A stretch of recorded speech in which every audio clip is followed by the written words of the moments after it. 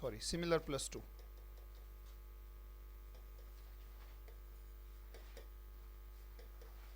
Similar plus to, match plus with और similar plus to से बनता है रिजेंबल, RESEMBLE, रिजेंबल। इसे बनता है रिजेंबल, माने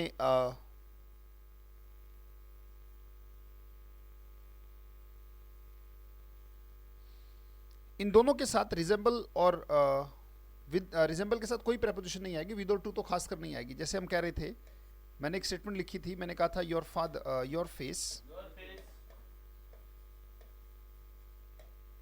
resembles with your father। Basically comparison हमेशा सेम चीजों का होता है। अब हम कह रहे हैं कि भाई तुम्हारा चेहरा तुम्हारे पापा से मिलता है, चेहरा पूरे पापा से कैसे मिल सकता है? भाई मेरा चेहरा और पापा का चेहरा ही तो मिलेगा, राइट? योर फेस, या ये थोड़ी कह रहा हूं मैं, ये थोड़ी, या तो मैं कहूंगा you resemble with your father, भाई तुम अपने पापा से मिलते जुलते हो, तुम अपने बिल्कुल अपने पापा पे गए हो। अगर मैं कहूँ तो you resemble with your father, तो खैर विद उसमें भी नहीं आएगा, यू रिजेंबल योर फादर आएगा। पर यहाँ पे बात किसकी हो रही है? यू की, समबडी की, या समथिंग की? जब यहाँ पे इट है यानी कि समथिंग है, तो पीछे समबडी कैसे हो सकता है? योर फादर क्या है, समबडी या समथिंग? समबडी। तो हम इसे समथिंग बनाना पड़ेगा, और समथिंग बनाने के लिए हम इस पे क्या लगा देंगे? Your fathers, right? जैसे Sachin's, Rohit's style, right, is similar to Sachin's या दैट ऑफ सचिन, राइट? तो याद आया? तो कंपैरिजन हमेशा सेम चीजों का होता है। तो वहां पे फादर नहीं होगा बेटा, दूसरी गलती है। पहली गलती क्या कि एक तो विद नहीं आएगा, दूसरा योर फादर कैसे आएगा? हमें यहां भी ये समबडी था तो हमने इसे क्या बना दिया? समथिंग बना दिया। अब योर फादर्स का मतलब क्या है? आपके पापा का अंडरस्टूड हो जाएगा क्या? चेहरा, क्योंकि आगे फेस हम लेके चले, तो योर फादर्स कहने से नोट टू वाइज समझदार को इशारा ही काफी है।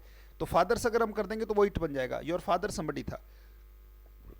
ऐसा ही अगर मैं एक स्टेटमेंट कहूं कि my bike, my bike, my bike is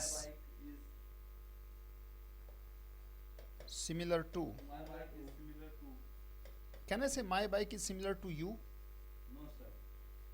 बताओ, my bike is similar to you, can I say that? क्योंकि यहां पे मैं किसकी बात कर रहा हूं, समबडी या समथिंग? समथिंग की बात कर रहा हूं, तो उसको व्यक्ति से कैसे कंपेयर कर दूंगा मैं? भाई बाइक का कंपैरिजन बाइक से ही करूंगा ना। तो मेरे को मेरी बाइक आपके सिमिलर है, इसका मतलब मेरी बाइक आपकी बाइक से सिमिलर है, आपसे सिमिलर तो हो नहीं सकती। तो माई बाइक इज सिमिलर, अब सिमिलर के बाद टू आ सकता है क्या? आ सकता है, बिल्कुल। My bike is similar to you गलत है, यहाँ पे क्या आएगा? योर। अगर मैं योर कहूं तो आप बताओ ठीक होगा या गलत होगा? योर गलत होगा। क्यों गलत होगा भाई? योर भी गलत है क्योंकि योर अकेला कभी नहीं आता। ये तो हम प्रोनाउन में देख चुके हैं, माई, योर, हिज, आवर, देयर, ये कभी अकेले नहीं आते, अपने बाद चीज का नाम लेते हैं। तो योर आएगा, योर्स आएगा, और योर्स के बाद चीज का नाम आएगा। ऐसे ही बेटा फादर्स लगा दिया, उसके बाद चीज का नाम, वहां पे बेसिकली थोड़ा सा वहां पे अंडरस्टूड हो जाता है। जैसे माई प्लस बाइक से क्या बनता? माइन, है ना? तो योर्स क्या हो जाएगा? योर्स में क्या छिपा हुआ है? बाइक छिपी हुई ऑलरेडी, क्योंकि आगे बाइक का जिक्र आ रहा है, right? So got it? So my bike is similar to you गलत होगा, my bike is similar to your गलत होगा, वहां पे आएगा क्या? योर्स आएगा बेटा। So you have to use yours over there, वहां पे योर्स का आपको इस्तेमाल करना होगा। Keep writing, keep making notes. Match plus with और सिमिलर प्लस टू, तो रिजेंबल के बाद ना आप विद लोगे ना टू लोगे बेटा।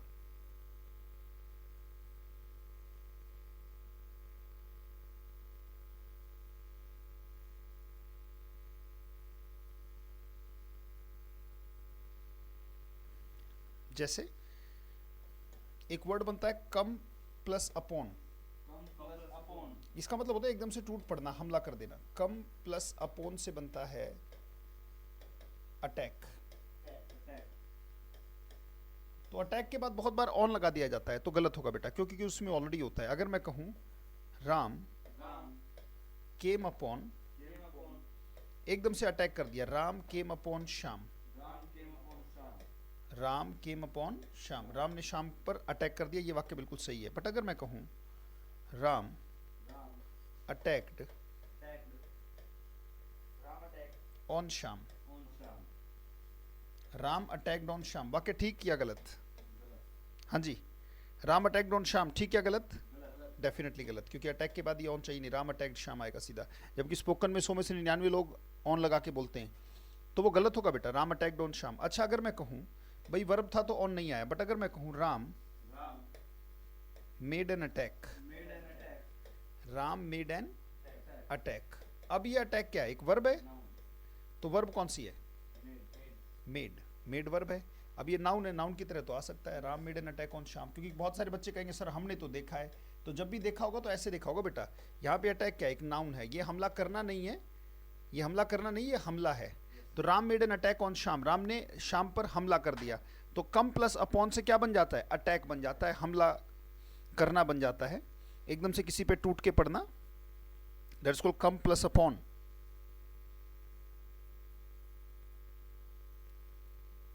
डन, बहुत अच्छे। अगला, वो ध्यान से लिखिएगा इन चीजों को, consist plus of is equal to comprise. तो क्या कंप्राइज के बाद ऑफ आ जाएगा? कंसिस्ट और कंप्राइज का मतलब होता है किसी में कोई चीज होना। जैसे मान लीजिए कि मैंने कहा इस किताब में 100 पन्ने हैं, तो मैंने कहा दिस बुक, लिखते रहिएगा एग्जाम्पल, एग्जाम्पल ही समझा सकेंगे आपको। This book consists, I consist, you consist, this book of 100 pages, this book consists of 100 pages, this book consists of 100 pages, this book consists of 100 pages. ये वाक्य बिल्कुल सही है, बट अगर ये वाक्य तो सही है यहाँ से अगर मैं ये कहूँ this book comprises of 100 pages, तो वाक्य सही है गलत? This book comprises of 100 pages, ठीक है गलत? तो डेफिनेटली गलत होगा। क्या कहेंगे? This book comprises 100 pages, this book comprises 100 pages, yes. और कंप्राइजेस के बाद ऑफ नहीं आएगा, कंसिस्ट के बाद ऑफ, ठीक है। तो हम इस तरीके से, इस एंगल से इस चीज को देख सकते हैं। एक और एग्जाम्पल, वर्ब से तो रिलेटेड नहीं है पर फिर भी इसी से मिलता जुलता है, तो लिख लेते हैं।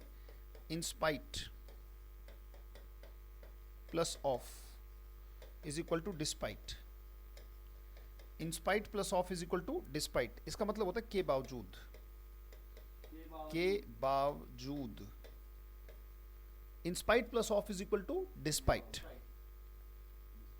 राइट, के बावजूद। इसका मतलब है डिस्पाइट के बाद ऑफ कभी नहीं आता। जैसे अगर मैं कहूं यू वेंट देयर, आप वहां पर गए, you went there in spite of,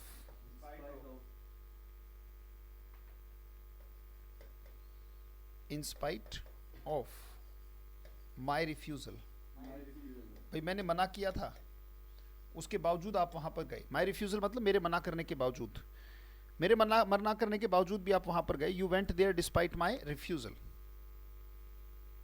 you went there despite my refusal. वाक्य ठीक है गलत? सही है।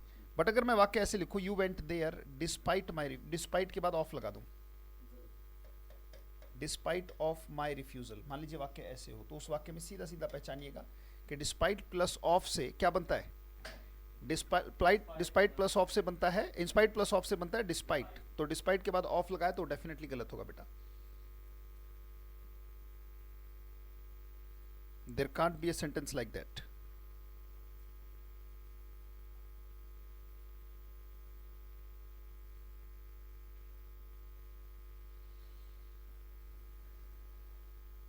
अगला शब्द बेटा लिखते जाइएगा बहुत अच्छे तरीके से। अगला वर्ड है रन प्लस अवे। ये वर्ड हम पहले कर चुके हैं, बताइए क्या बनता होगा इससे? दूर भाग जाना, भाग खड़े होना, फ्ली। सेकंड फॉर्म क्या होगी? फ्लेड। और थर्ड फॉर्म फ्लेड। रन के बाद अवे ठीक है, पर रन प्लस अवे से फ्ली बनता है। अगर फ्ली के बाद अवे, ये एग्जाम में बहुत बार आ चुका है। जैसे मैं अगर एक स्टेटमेंट कहूं, द कल्प्रिट्स, जो दोषी थे, the culprits fled away, the culprits fled away. भाई कल्प्रिट्स हैं वो भाग गए। भाई देखने में हो सकता है अच्छा लगे, फ्ली का मतलब जानना है, उसकी सेकंड फॉर्म होती है ये, तो इसका मतलब वो भाग गए। तो यहाँ पे अवे आना ठीक है क्या? अगर रैन अवे होता तो ठीक होता, गलत होता? द कल्प्रिट्स रैन अवे ठीक होता, but the culprits fled away ये गलत होगा बेटा। द कल्प्रिट्स फ्लेड अवे नहीं होगा, द कल्प्रिट्स फ्लेड होगा, द कल्प्रिट्स फ्लेड होगा कि वो भाग गए।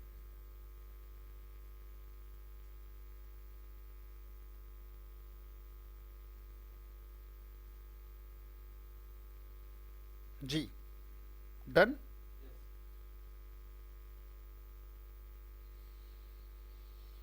नेक्स्ट वर्ड आपके किए हुए हैं पर फिर भी ऐसी से मिलते जुलते हैं इसीलिए करा रहा हूं।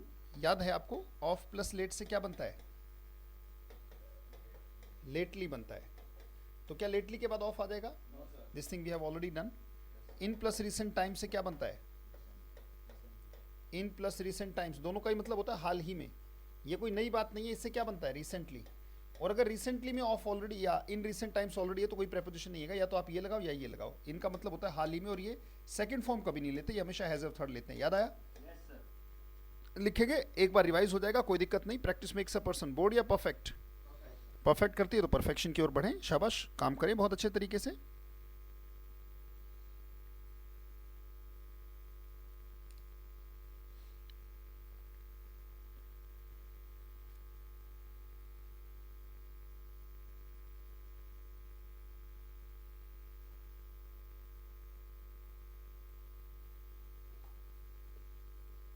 वेल, नेक्स्ट इज, अगला बहुत इंपॉर्टेंट है, ध्यान से समझ के कीजिएगा, सारे वर्ड्स याद करने होंगे उसमें आपको। Go plus back is equal to, इसका मतलब हो गया वापिस जाना, इज इक्वल टू रिटर्न। तो क्या रिटर्न के बाद बैक आएगा? ना बैक आएगा, राइट? रिटर्न, रिकॉइल, दोबारा से अपनी कुंडली में वापस लौट जाना, दोबारा से लिपट जाना, राइट? इनके साथ ना बैक आता है ना अगेन आता है। अगेन भी नहीं आएगा, ये भी याद रखना, क्योंकि री आ गया, री में ऑलरेडी अगेन होता है। रिट्रीट, रिट्रीट का मतलब होता है कदम पीछे हटाना। फ्लिंच भी वही होता है। इनके बाद बैकवर्ड का इस्तेमाल करना गलत होता है। रिट्रीट और इसका मतलब है कदम पीछे हटाना, तो पीछे तो इसमें ऑलरेडी है ना, तो क्या आप बैक का इस्तेमाल करोगे? आप बैकवर्ड का इस्तेमाल नहीं करोगे, राइट? रिट्रीट है।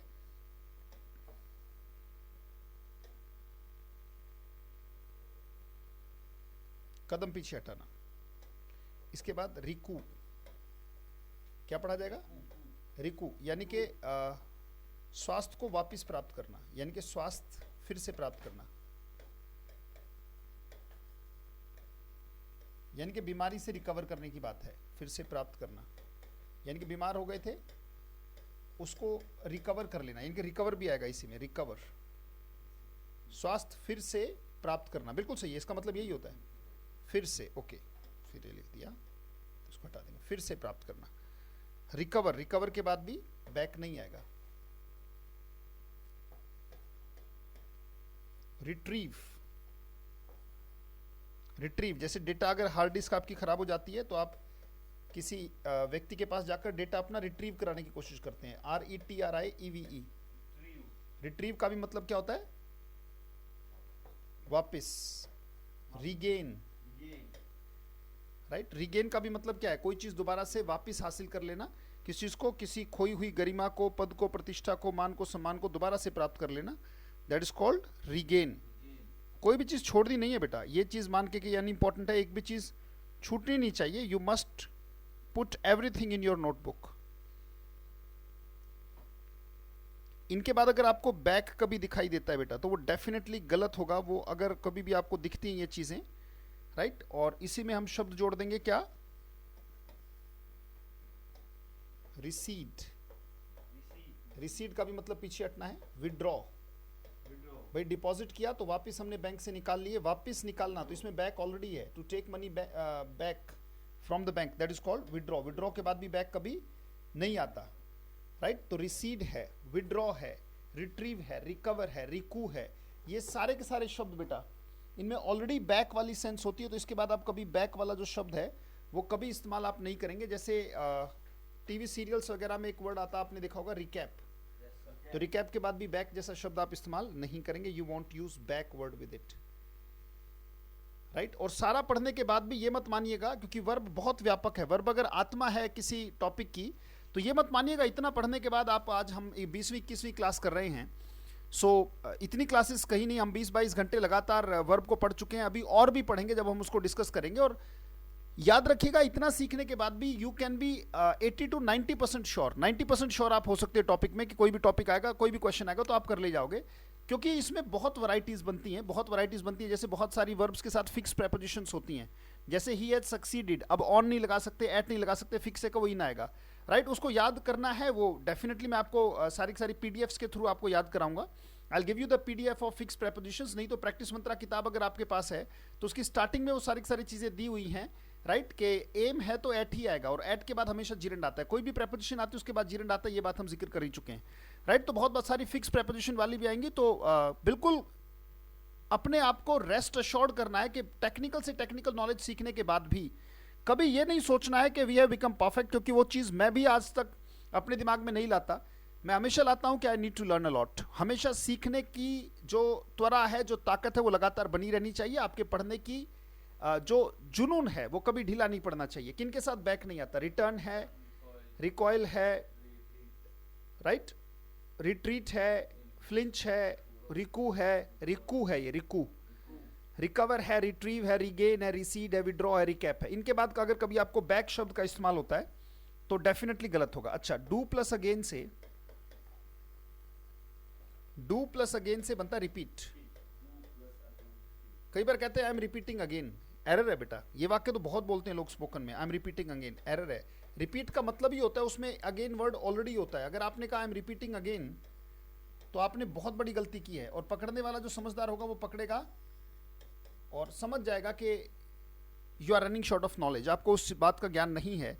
तो रिपीट के बाद अगर आपने कभी भी अगेन लगाया तो you would definitely be caught, क्योंकि रिपीट का मतलब ही होता है किसी चीज को दोबारा से करना। So there can't be repeat again, ये शब्द हो ही नहीं सकता।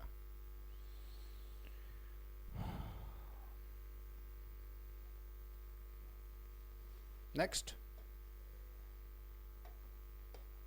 अगला एक expression, with plus full force या फुल पावर, पूरी ताकत से, is equal to tooth and nail. कोई भी जानवर लड़ेगा भाई, आजकल कोई भी जानवर लड़ेगा तो कैसे लड़ेगा, सोचो।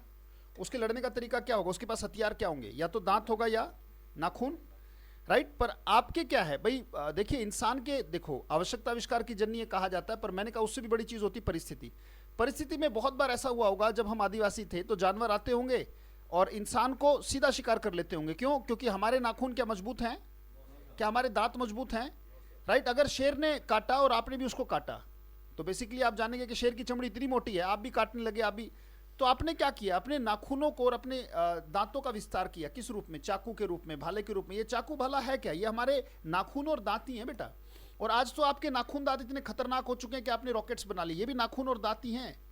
ये जो मिसाइल बना ली है आपने, या न्यूक्लियर वेपन बना लिया आपने, परमाणु हथियार बना लिए हैं, ये जो रॉकेट बना लिए एक दूसरे पर दागते हैं, ये क्या है? डोंट यू थिंक एनिमल की अगर सेंस में हम लें तो ये हमारे नाखून और दांत का ही विस्तार है। ये हमारे नाखून और दांत का ही विस्तार है, क्योंकि एनिमल अगर फाइट करता है तो एक ही चीज से फाइट करता है, या तो दांत है उसके पास, या क्या है, नाखून है, राइट। तो टूथ एंड नेल जब लगा दिया जाता है तो इसका मतलब होता है पूरी ताकत, और उसमें विद कभी नहीं आता, क्योंकि उसमें विद ऑलरेडी होता है। अगर मैं कहूं कि India fought with tooth and nail, अब इसका मतलब लिटरली निकालोगे, अब इंग्लिश जो नहीं जानते वो कहेंगे अच्छा है भाई साहब, इंडिया नाखूनों से और दांतों से लड़ाई की उसने। अरे नहीं भाई, इंडिया फॉट, अब यहाँ पे पहली गलती क्या है, पहले तो विद नहीं आएगा, India fought tooth and nail, इसका मतलब विद फुल पावर, पूरी ताकत लगा के उसने फाइट किया, पूरी ताकत लगा के लड़ाई की, राइट। सो पूरी ताकत लगा के लड़ाई की।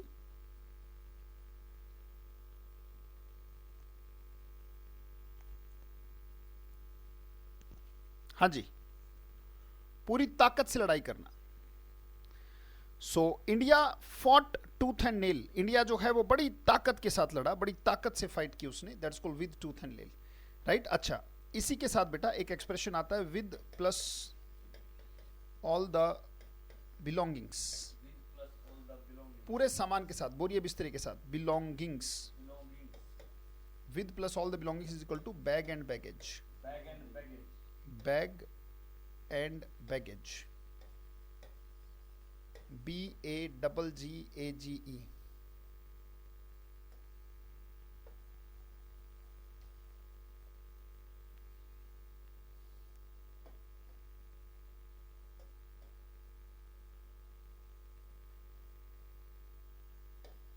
BAGGE baggage, with bag and baggage. अगर कभी देखो विद इसके साथ लगा हुआ बैग एंड बैगेज के साथ तो गलत होता है। जैसे अगर मैं कहूँ he left the city, he left the city, उसने बोरिए बिस्तरे के साथ अपने पूरे सामान के साथ कुछ भी नहीं छोड़ा यहाँ पर, with bag and baggage, error है, विद नहीं आएगा। क्यों नहीं आएगा भाई साहब? क्योंकि उसमें ऑलरेडी है, तो ये विद आना गलत है। He left the city bag and baggage आएगा, विद बैग एंड बैगेज नहीं आएगा। He left the city with bag and baggage नहीं आएगा, he left the city bag and baggage आएगा। यानी कि अपने पूरे सामान के साथ कुछ भी यहाँ पे नहीं छोड़ा, उसने पूरे सामान के साथ जो है सिटी को छोड़ दिया, जो है शहर को छोड़ दिया। He left the city bag and baggage.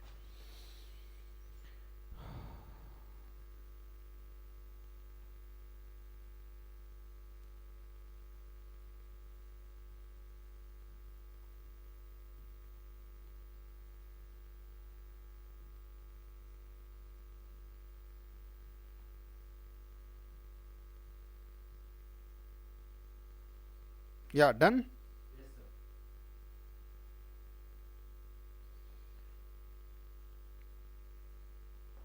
इसके बाद बेटा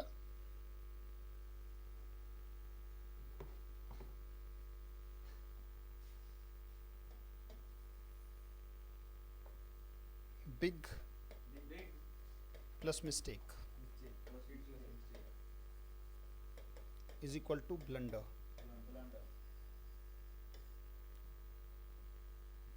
बड़ी मिस्टेक को हम ब्लंडर कहते हैं। अच्छा, अगर मैं कहूं I did a big blunder mistake, इस वाक्य में बेटा बड़े ध्यान से देखिएगा, बहुत ध्यान से देखिएगा। इस वाक्य में 3 गलतियां, देयर आर 3 मिस्टेक्स। 2 गलतियां तो आपको आसानी से मिल जाएंगी कि बिग और मिस्टेक नहीं आएगा। भाई क्यों नहीं आएगा? क्योंकि बिग उसमें ऑलरेडी है, मिस्टेक नंबर 1।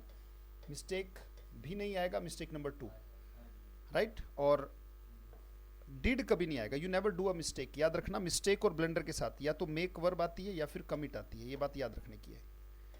या तो आप कमिट करते हो उसको, you always commit a mistake, make a mistake, you never do a mistake. अगर कभी आपने डू वर्ब का इस्तेमाल किया मिस्टेक के साथ तो गलत होगा, you can never do a mistake. अगर आप कहते हैं I did a mistake, error है। आई मेड अ मिस्टेक बोलो या फिर बोलो आई कमिटेड अ मिस्टेक। तो यहाँ पे डिड का आना मिस्टेक नंबर 3। यानी कि अगर इस वाक्य को इन तीनों गलतियों से अगर मैं अलग करना चाहूँ या ठीक करना चाहूँ तो what would be the way? रास्ता क्या होगा? रास्ता ये होगा आई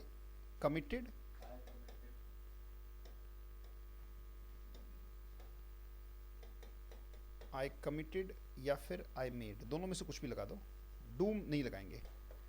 अ ब्लंडर, जब वो ऑलरेडी बड़ी मिस्टेक है तो फिर उसमें बिग मिस्टेक, यानी कि मैंने बहुत बड़ी गलती कर दी, तो ना बिग आएगा ना ब्लंडर, ना बिग आएगा ना ब्लंडर आएगा ना डिड आएगा, ना बिग आएगा ना मिस्टेक आएगा। तो यहाँ पे क्या क्या कट जाएगा? डिड कट जाएगा, बिग कट जाएगा, मिस्टेक कट जाएगा, और यहाँ पे डिड की जगह क्या आ जाएगा? Committed. I committed a blunder, I made a blunder.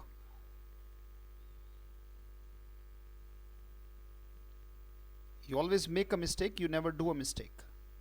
You always commit a mistake.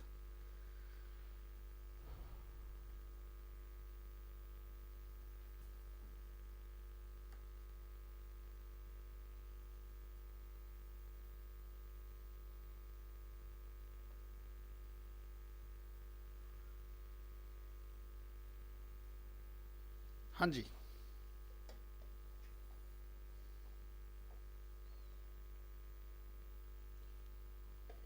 एक बात और याद रखना सर, स्ट्रेस और एम्फसाइज के बाद, एम्फसाइज ZE और SE दोनों होता है, दोनों में ही जब आप एज अ वर्ब इस्तेमाल करेंगे, एज अ वर्ब, तो ऑन कभी नहीं आएगा। क्यों नहीं आएगा? नहीं आएगा बस। क्यों? क्योंकि अंग्रेज नहीं लगाते बेटा। जब उसको एज अ वर्ब इस्तेमाल करेंगे तो you will never use on with it, right. जैसे मैं अगर कहूँ आर टीचर, हमारे टीचर ने, आर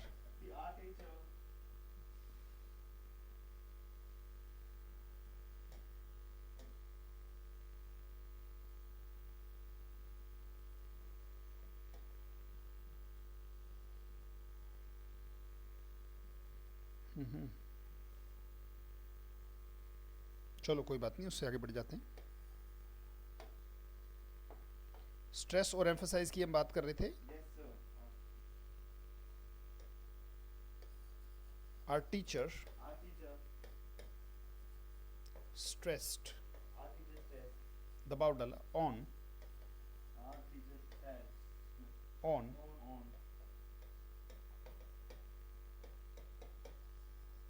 इस वाक्य में दो गलतियां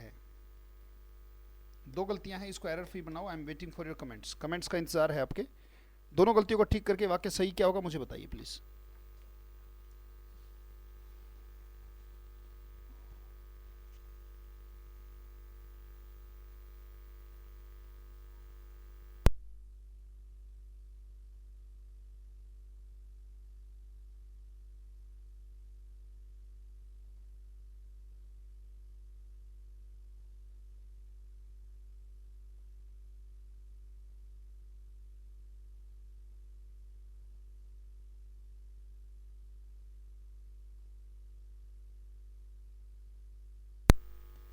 I am waiting for your comments.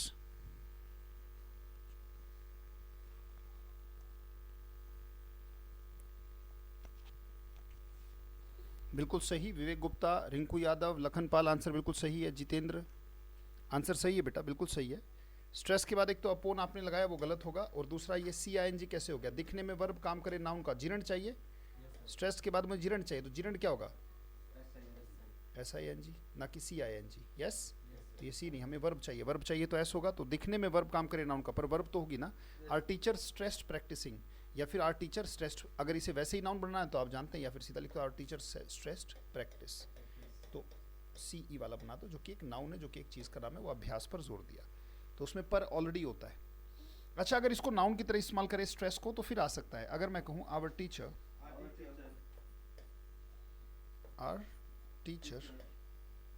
Paid stress, या एम्फसाइज किया, our teacher paid stress on practice, ये वाक्य बिल्कुल सही होगा। क्यों? पेड वर्ब है, पेड वॉट? स्ट्रेस, तो वॉट का जवाब नाउन हो गया, चीज़ है। अब ये कोई चीज़ बन गई, राइट? स्ट्रेस डाला, तो ये पे स्ट्रेस ऑन, पे वर्ब है, तो यहाँ पे स्ट्रेस वर्ब नहीं है, राइट? तो इन बारीक चीज़ों को जानना बहुत ज़रूरी है बेटा, राइट? सो यहाँ पे बेसिकली अब हमें क्वेश्चंस करने की ज़रूरत पड़ती है, right? We need to do the questions, कि जो क्वेश्चंस हैं वो किस तरीके से आएंगे, किस क्या फॉर्मेट रहेगा क्वेश्चंस का, right? So we need to do the questions now, let's start practicing now.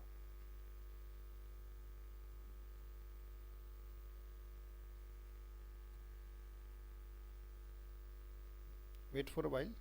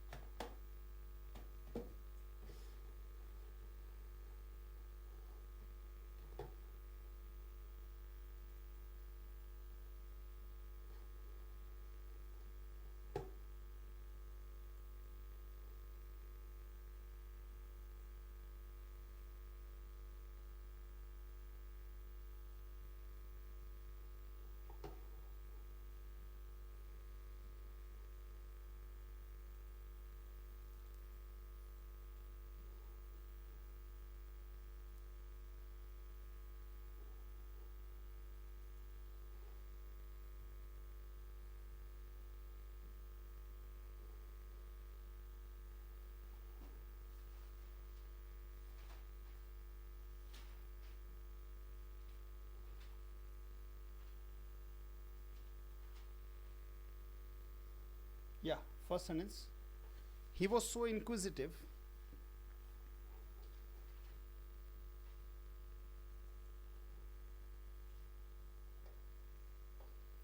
He was so inquisitive. Inquisitive का मतलब क्या होता है? Curious, जिज्ञासु, curious, इसका मतलब जिज्ञासु होता है। वो इतना जिज्ञासु था that he rose many questions. He rose what?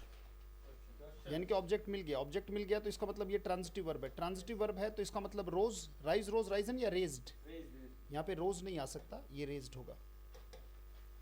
That he raised many questions. Sheet आपके ग्रुप में ऑलरेडी मैं सेंड कर चुका हूँ, तो वहाँ से आप देख लीजिएगा, काइंडली टेक अ लुक। सो यहाँ रेज्ड आएगा, दैट ही वाज सो वो इतना जिज्ञासु था that he raised many questions in the class. Next, he was born of, क्या सहन हुआ पुअर पेरेंट्स से या पैदा हुआ, तो ई नहीं आएगा, यस और नो। देखो ज़्यादा टाइम नहीं लगेगा, अगर आपने सेशंस को अच्छे से किया है, रिवाइज भी किया है, बहुत अच्छे से क्लास को अटेंड किया, तो you want have any kind of problem in discussing these questions. अगले अगर हम क्वेश्चंस पर जाएं, आई कंप्लेन अगेंस्ट, यानी कि ये सब्जेक्ट है, तो सब्जेक्ट के बाद मुझे क्या चाहिए, वर्ब चाहिए, तो वर्ब टी आएगा क्या, और हमें सेकंड फॉर्म चाहिए, as sentence was, as sentence is in past, he failed to mend his ways, यानी कि पास्ट में है तो कंप्लेन पहले तो टी नहीं आएगा, और दूसरा सेकंड फॉर्म चाहिए कि क्या, I complained against him as in spite of my repeated warnings, मेरी repeated warnings के बाद, as in spite of my repeated warnings he failed to mend his behavior, उसने अपनी जो behavior है उसमें कोई बदलाव नहीं किया। तो 3 क्वेश्चंस हमने किए, कंप्लेन हम ये सारी चीज़ें कर चुके हैं, तो आप मुझे बताइएगा चीज़ें क्लियर हैं, ये 3 क्वेश्चंस क्लियर हैं all of you, kindly let me know 3 questions are clear. सबसे पहले मुझे बताइए कि आप सबने सॉल्व किया कि नहीं किया ये sheet, kindly let me know all of you have solve this sheet और नॉट, बी ऑनेस्ट, ईमानदारी से जवाब दीजिएगा, be honest, have you solve the sheet yourself, yes sir, yes sir, नहीं क्लियर नहीं, ये क्लियर वाला मैसेज नहीं चाहिए, मुझे चाहिए कि have you solve the sheet yourself, Jitendra, not yet sir, ईमानदारी से जवाब दीजिएगा, क्या आपने शीट को सॉल्व किया है, okay, yes yes, very good very good, बहुत अच्छे, अभी तक एक ही आया है, सॉल्व कर लिया है सर मैंने भी, वेरी गुड, बहुत अच्छे। So almost all of you have tried to solve the sheet. Rajni, no sir, नहीं बेटा, अच्छी बात नहीं है। अच्छा, नीता 38 क्वेश्चन, चलो बहुत अच्छी बात है, थोड़ा किया है। विदित कुमार, नो सर,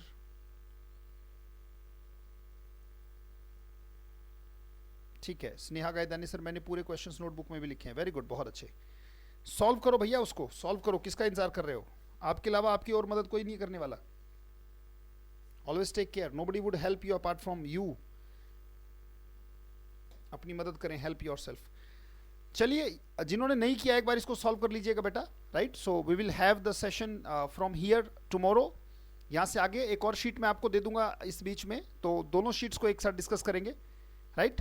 सो जिन्होंने भी 10 क्वेश्चन सॉल्व किए हैं, जिन्होंने नहीं किए हैं, जैसे शर्मिला बिष्ट कह रहे not yet sir, Ashok Maurya ji कह रहे 10 क्वेश्चन किए हैं, तो एक बार सारे के सारे जिनके बचे हुए हैं, प्रिंकेश वर्मा सर बचे हुए हैं, ठीक है, तो जिन्होंने नहीं भी किए हैं या जिन्होंने कर लिए हैं वो एक बार रिवाइज करें और अपने नोट्स को अच्छे से पढ़ लीजिएगा, ताकि कल हम बड़ा अच्छे से और बड़ी स्पीड से इनको डिस्कस कर सके। हम स्पीड से तब कर पाएंगे जब आपने बड़े अच्छे से मेहनत की होगी। बहुत बहुत धन्यवाद, thank you, thanks lot, see you in the next class. कल की क्लास में आपसे मुलाकात होगी, बहुत बहुत धन्यवाद। और यूट्यूब वाले सेशन पे आपसे मुलाकात होगी अभी with in 10 minutes. By the time ये जो सेशन आपने अटेंड किया है, इसको एक बार शीट जिनकी बची हुई है उस शीट को सॉल्व कर लीजिए इस बीच के टाइम में, and see you on YouTube at 5 past 7, 7:05 पे। Thank you, thanks lot, thank you.